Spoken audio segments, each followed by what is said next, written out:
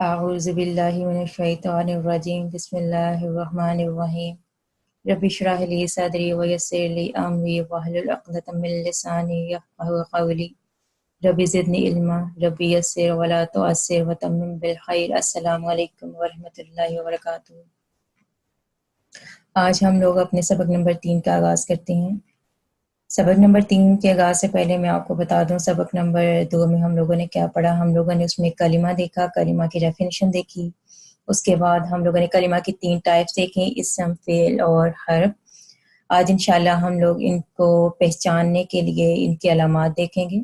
علماء نے ہماری آسانی کے لیے کیا کیا کہ اسم، فعل اور حروف کو پہچاننے کے لیے چند علامات جو ہیں جو کامن ہیں ان لوگوں نے سلیکٹ کی تاکہ ہم لوگوں کو ان کو پہچاننے میں آسانی ہو جائے۔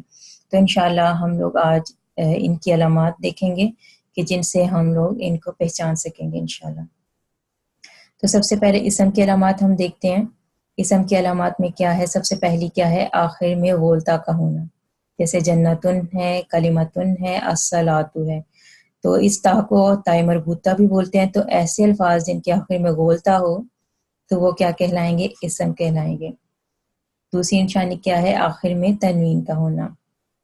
تو ایسے الفاظ جن کے آخر میں تنوین ہو، تنوین ہم لوگوں نے کیا پڑھا تھا پچھلے سبق میں کہ دوہری حرکات کو تنوین بولتے ہیں، ٹھیک ہے؟ تو یہاں دو پیش ہیں یعنی دوہری حرکت ہے تو اس کو تنوین بولیں گے، ٹھیک ہے؟ یہ زبر کی صورت میں بھی ہو سکتی ہے اور زیر کی صورت میں بھی ہو سکتی ہے، دو زبر بھی ہو سکتی ہیں، دو زیر بھی ہو سکتی ہیں، ٹھیک ہے؟ حمدن، صراطن، کتابن، تو یہ کیا ہوں گی؟ یہ بھی اسم کہلائیں گے، ٹھیک ہے؟ پہلی نشانی غولتا، دوسری آخر میں تنوین کا ہونا، اور تیسری نشانی کیا ہے؟ شروع میں ال کا موجود ہونا۔ تو ایسے الفاظ جن کے شروع میں ال لگا ہو تو وہ بھی کیا کہلائیں گے؟ اسم، جیسے الحمد ہے، الصراط ہے، الکتاب ہے، ٹھیک ہے؟ تو ایسے سارے الفاظ جن کے آخر میں غولتا ہو، جن کے آخر میں تنوین ہو، جن کے شروع میں ال ہو تو وہ کیا کہلائیں گے؟ اسم کہلائیں گے، ٹھیک ہے؟ یہ اسم کہلائیں گے۔ اور ایک امپورٹنٹ نوٹ ہے وہ دیکھ لیں کہ جن الفاظ کے شروع میں یعنی جن اسماء کے شروع میں ال لگا ہو تو ان کے آخر میں تنوین نہیں آتی، ٹھیک ہے؟ یہاں بھی آپ نوٹ کریں، یہاں کیونکہ ال لگا ہے تو یہ تنوین نہیں آئی، یہ سنگل حرکت کے ساتھ آیا۔ یہ جنتن ہے، اگر آپ اس کے ساتھ ال لگانا چاہے تو یہ الجنتو ہو جائے گا، ٹھیک ہے؟ تو ال اور تنوین کی آپس میں سمجھنے لڑائی ہے، یہ کبھی بھی ایک اسم کے اوپر اکٹھے جمع نہیں ہوں گے۔ جس کے ساتھ ال لگا ہے اس کے ساتھ تنوین نہیں آئے گی، جس کے ساتھ تنوین ہے اس کے ساتھ ال نہیں لگے گا، ٹھیک ہے؟ تو اسم کو پہچاننے کی کتنی علامات ہوگی؟ 3 علامات، ٹھیک ہے؟ آخر میں غولتا کا ہونا، آخر میں تنوین کا ہونا اور شروع میں ال لگا ہونا، یہ ایسے سارے الفاظ کیا ہوں گے؟ اسم ہوں گے۔ اس کے بعد ہم لوگ دیکھتے ہیں فعل کی علامات، ٹھیک ہے؟ فعل کی علامات ہم لوگ دیکھ لیتے ہیں۔ شروع میں قد یا لقد کا ہونا، شروع میں لن یا لم کا ہونا، آخر میں تائے ساکنہ ہونا، شروع میں سین یا سوفا کا لگا ہونا، کیا ہوگا؟ فعل کی علامات ہوں گی۔ جیسے شروع میں قد یا لقد آ جائے تو یہاں آپ دیکھیں وَلَقَدْ نَصَرَ، ٹھیک ہے؟ تو یہ جو ناصرہ ہے یعنی کہ قد کے فوراً بعد جو آیا یہ کیا ہوگا؟ فعل ہوگا۔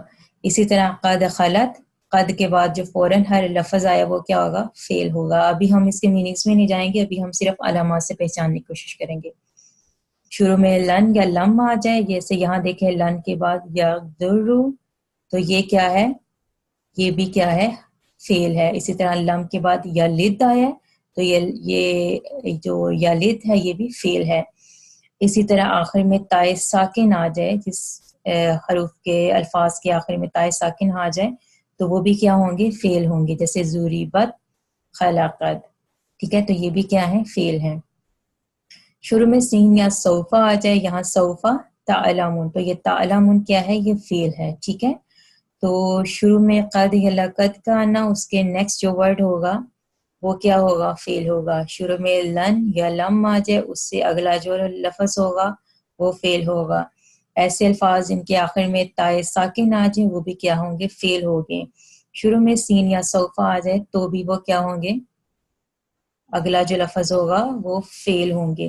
انشاءاللہ جب ہم لوگ فعل پڑھیں گے تو فعل تو آپ کے سامنے بہت کھل جائے گا، پھر آپ کو شاید ان علامات کی ضرورت نہیں رہے گی، لیکن ابھی تک جتنا ہم پڑھیں گے اس میں یہ آپ کو ہیلپ کرے گا. یہ جتنی نشانیاں ہم لوگ پڑھیں گے اتنی ہی نشانیاں، اتنی ہی علامات آپ کو ابھی تک جو ہے انشاءاللہ آپ کو مددگار ثابت ہوں گی.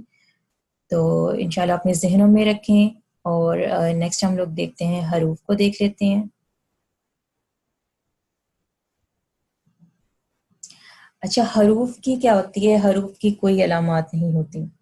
اسم کی جیسے علامت ہے ہمیں پتہ ہے، 3 علامات پڑھی. اسی طرح ہم لے فعل کی علامات 4 علامات دیکھ لیں، لیکن حرف کو پہچاننے کے لیے کوئی علامت نہیں ہوتی. ٹھیک ہے، لیکن آپ کو ان کو ذہن میں رکھنا پڑے گا، جیسے الا، فی، من. ٹھیک ہے، اسی طرح بی، ٹھیک ہے، کا. تو اس طرح کے جو الفاظ ہیں، ٹھیک ہے، جیسے ہمارے پرپوزیشن کے ورڈز ہوتے ہیں پر، نے، کو، کی وغیرہ.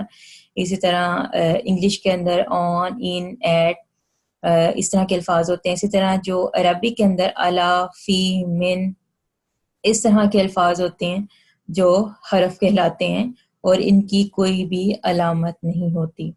ٹھیک ہے، تو ہم لوگوں نے آج کے سبق میں کیا دیکھا؟ ہم لوگوں نے علامات دیکھ لیں.